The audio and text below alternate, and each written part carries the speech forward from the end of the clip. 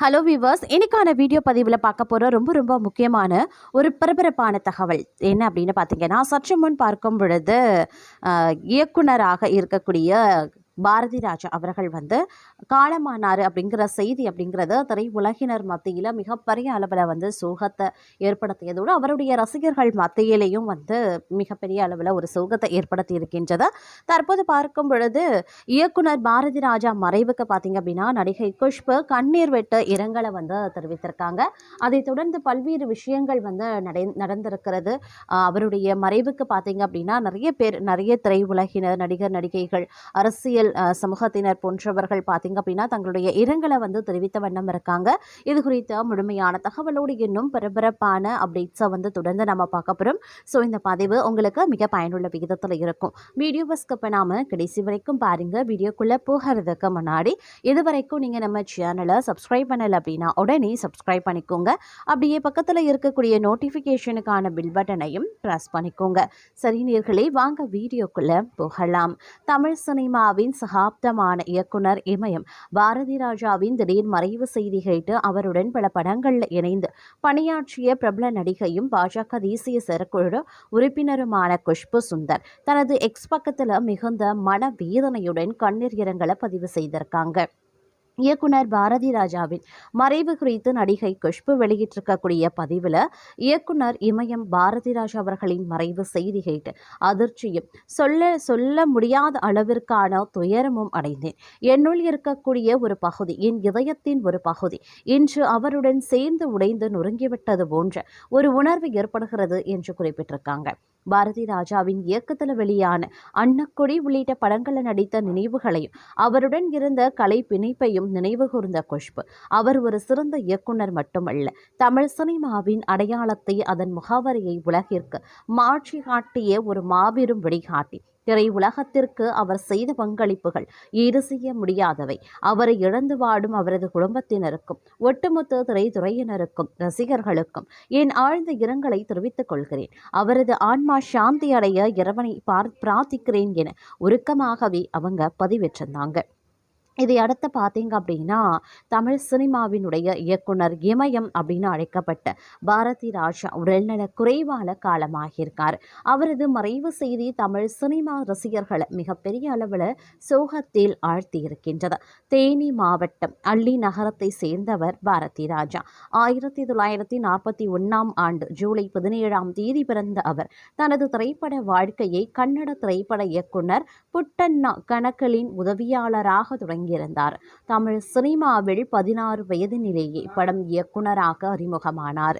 1977 ஆண்டு வெளியான இந்த படம் மூலம் பட்டி தொட்டி எங்கும் பிரபலமானார். அதுவரை ஸ்டுடியோவுக்குள் முடங்கி கிடந்த தமிழ் சினிமாவை கிராமத்தின் எல்லை வரை அழைத்து சென்றவர் பாரதி ராஜா. இதனாலேயே இவர் இயக்குனர் இமயம் என அழைக்கப்படுகிறார். 84 வயதான பாரதி ராஜா இயக்குனராக மட்டுமல்லாமல் நடிகராகவும் தயாரிப்பாளராகவும் ஜொலித்தவர். வயது மூப்பு காரணமாக கடந்த சில ஆண்டுகளாகவே உடல்நலக் குறைவால் அவதிப்பட்டு வந்த அவர் தொடர் சிகிச்சையிலும் இருந்து வந்திருக்கார். இந்த நிலையில் தனது இல்லத்தில் இன்று அதிகாலை அவர் காலமானதாக தெரிவிக்கப்பட்டுள்ளது.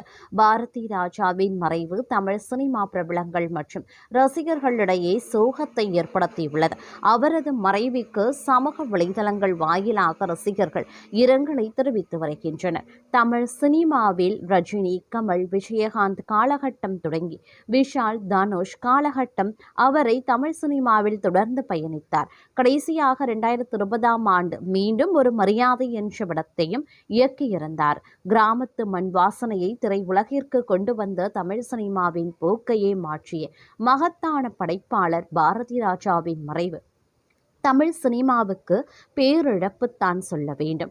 பாரதி ராஜா இயக்கிய படங்கள்ல 16 வயதினிலேயே கிழக்கே போகும் ரயில், சிகப்பு ரோஜாக்கள், நிழல்கள், அலைகள் ஓய்வதில்லை, மண் வாசனை, முதல் மரியாதை, கடலோர கவிதைகள், வேதம் புதிது, கருத்தம்மா, கிழக்கு சீமையிலேயே ஆகியவை மிக முக்கியமான படங்களாகும். அதுபோல் நடிகராக ஆயுத எழுத்து, இரட்டை சுழி, பாண்டிய நாடு, குரங்கு பொம்மை, திருச்சிற்றம்பலம், கருமேகங்கள் கலைகின்றன ஆகியவை அவருக்குள் இருந்த மிக யதார்த்தமான நடிப்பை வெளிப்படுத்தியிருந்தது. இந்திய சினிமாவில் அவர் ஆற்றிய பங்களிப்பிற்காக 2004ஆம் ஆண்டு இயக்குனர் பாரதி ராஜாவுக்கு மத்திய அரசு பத்மஸ்ரீ விருது வழங்கி கௌரவித்தது.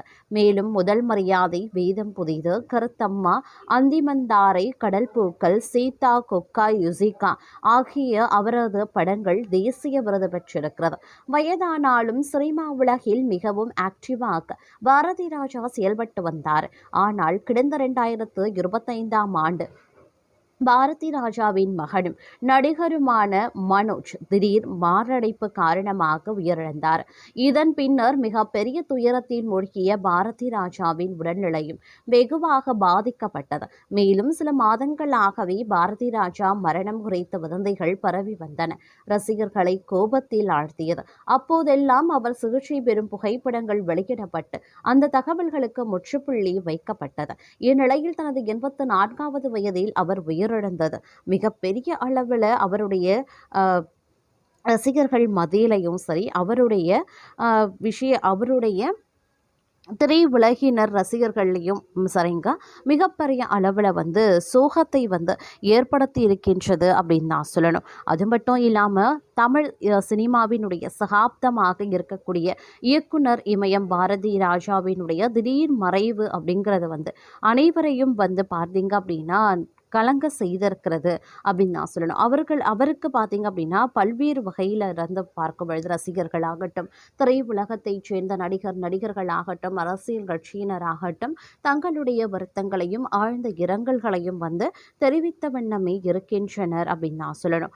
அதிலும் பார்த்தீங்க அப்படின்னா தேனி மாவட்டம் அள்ளி நகரத்தில் பெரிய மாயதேவர் மீனாட்சி அம்மாள் அப்படிங்கிற கருத்தம்மாள் தம்பதியருக்கு 1941ஆவது ஆண்டு ஜூலை 17ஆம் தேதி மகனாக பிறந்தார்.